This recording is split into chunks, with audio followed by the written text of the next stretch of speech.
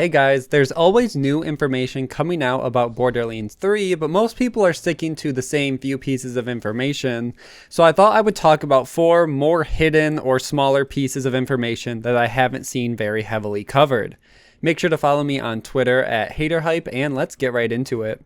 Let's start with manufacturer-specific chests. During an interview at E3 with 3 developers of Borderlands 3, they brought up the new ways that we will be able to acquire loot in-game and described the new manufacturer-specific chests. Now, before we play the clip, don't get your hopes set too high. They didn't mention that each manufacturer will have a higher chance of dropping their respective gear in their respective chests, but they do mention all the work that went into each chest and all the different types of chests that we can expect in-game. So let's take a listen.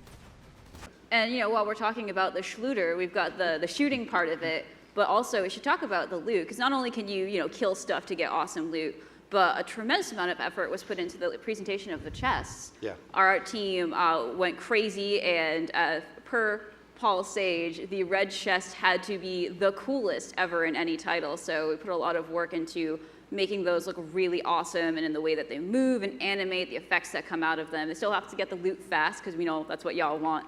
But each manufacturer has a set of chests that's truly unique to the style and aesthetic of that manufacturer. So you'll see all of those things around the levels. I think in the Promethea level, we saw a lot of the Maliwan chests. Right. They almost look like drones, right? Yeah, like spaceships almost. And the COV ones are a lot more junky and handmade looking. And in our other environments, we talked about Jacobs a little bit in the manner you might see some of those loot chests looking very teak wood and fancy. So give mad props to the art team and Sage for making sure that those look real good too. The next detail has to do with the idea of returning bosses in Borderlands 3. During a community Q&A on Twitch, which was later posted to friend of the channel's Mental Mars' YouTube account, I'll link that whole video down below if you guys want to check that out, but during this Q&A, a developer on Borderlands 3 was asked about returning bosses from previous games and what we should expect, and this is what he had to say. I probably should have asked it a little while ago, but we're going to cycle back to it because it is one of my favorites. And I am a bit biased because I probably would not have been here if not for Master G. Will there be any returning bosses?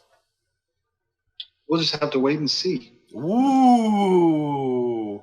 So he doesn't outright deny the possibility of what bosses could be returning, and he definitely makes it sound, or at least hint, that we could see some returning bosses from older games.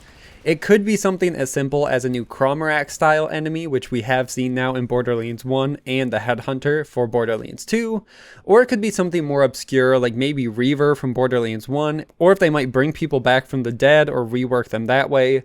There are a ton of possibilities here, and it could definitely be its own videos on what bosses we could expect to see return, or maybe bosses they might bring back from the dead. I still hope that they might find a way to bring Sledge back somehow. I'm a firm believer that he's a very underutilized boss and could have had a huge backstory in his own right, and definitely could have been a lot more fleshed out than what we got. Next, during the same Twitch interview, Anthony was asked about the possibility of the Grinder from Borderlands the pre-sequel returning in Borderlands 3, which would allow players to use recipes and have a use for old gear and weapons to get something new. And this is what he had to say on the topic. Somewhat related to guns, the last question from the community, from the corporation, will there be a gun-making machine like the Grinder from the pre-sequel? So we don't have a gun-making machine, but just due to the point that we were just talking about, there are so many guns that you'll get to experience. You'll get to go back and hit some of these bosses for some of their rare loot. We get to go on hunts and crew challenges and different missions to unlock different things. So it's not too surprising. He said they would not bring this feature back. It was never the most popular feature added in Borderlands, and it looks like this time around Gearbox wants to add more fun and unique ways to get better loot rather than just grinding up old gear and just luck of the draw. They still will have the slot machines, which is kind of similar, so at least we'll have that. And finally, the last detail we have to talk about is a cool feature that they're adding with weapon skins in Borderlands 3.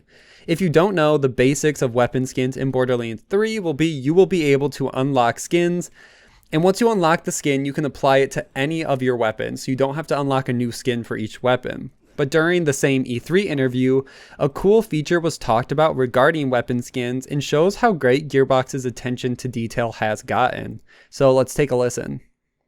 And the legendaries and the higher rarity guns, they also look like they're legendaries. Absolutely, they'll be shinier. They'll have a cooler shader on them. And even when you apply the skin will look better on a legendary weapon than it will look on a common. It might look a little bit beat up on the common. You slap that on a legendary, and it's going to be pristine. Yeah. So it's very cool that now skins will be based on rarity, and the better the rarity weapon, the better the skins will look on that weapon. I'm not sure how drastic the comparison will get, but I could definitely imagine the golden skins that we get for pre-ordering could look pretty bad on just white tier weapons, but once we get to legendary, they'll be shiny and perfect, and the way I think Gearbox meant the skins to look. It's just another way to a visual element to, as our weapons improve, as our character improves, also the guns, they'll look better. They won't just be better, we'll also get the better skins, better looking, and I think it's a real nice visual cue to show how far you can progress during the game. But that's where I'm going to end this video. Thank you guys so much for watching. Make sure to like and share, subscribe for all things Borderlands, and I will see you guys in the next one.